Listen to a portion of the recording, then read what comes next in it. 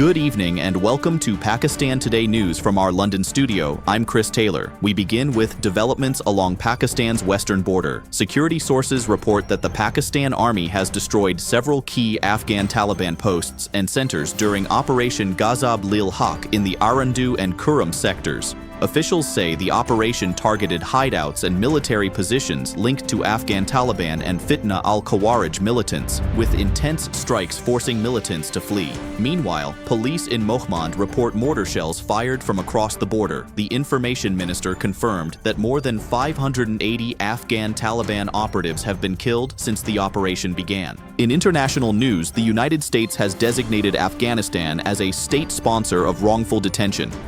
U.S. Secretary of State Marco Rubio accused the Taliban of detaining Americans and other foreigners to secure political concessions, warning citizens not to travel to Afghanistan amid ongoing detentions. Washington has called for the immediate release of all American nationals held in Afghan custody. At the United Nations Security Council, U.S. officials questioned continued international engagement and funding for Afghanistan, citing Taliban restrictions on women and other policies.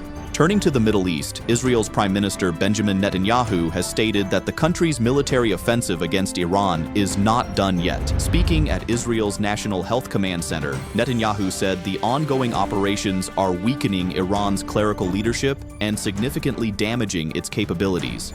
He added that Israel hopes the Iranian people will ultimately rise against what he described as tyranny. Back home, Law Minister Azam Nazir Tarar addressed the ongoing Iran-Israel conflict, calling it a major challenge and a moment of concern for Pakistan. He highlighted Pakistan's efforts to promote a diplomatic solution and expressed grief over the martyrdom of Ali Khamenei. The press briefing was also attended by Ataullah Tarar and Talal Chaudhry, reiterating Pakistan's stance in support of peace and regional stability.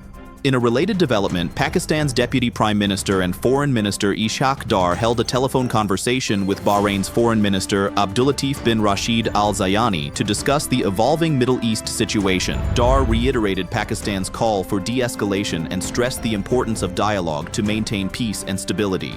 He also expressed solidarity with Bahrain, with both leaders agreeing on continued cooperation to promote regional peace. In global markets, oil prices fell sharply on Tuesday after surging above $119 a barrel.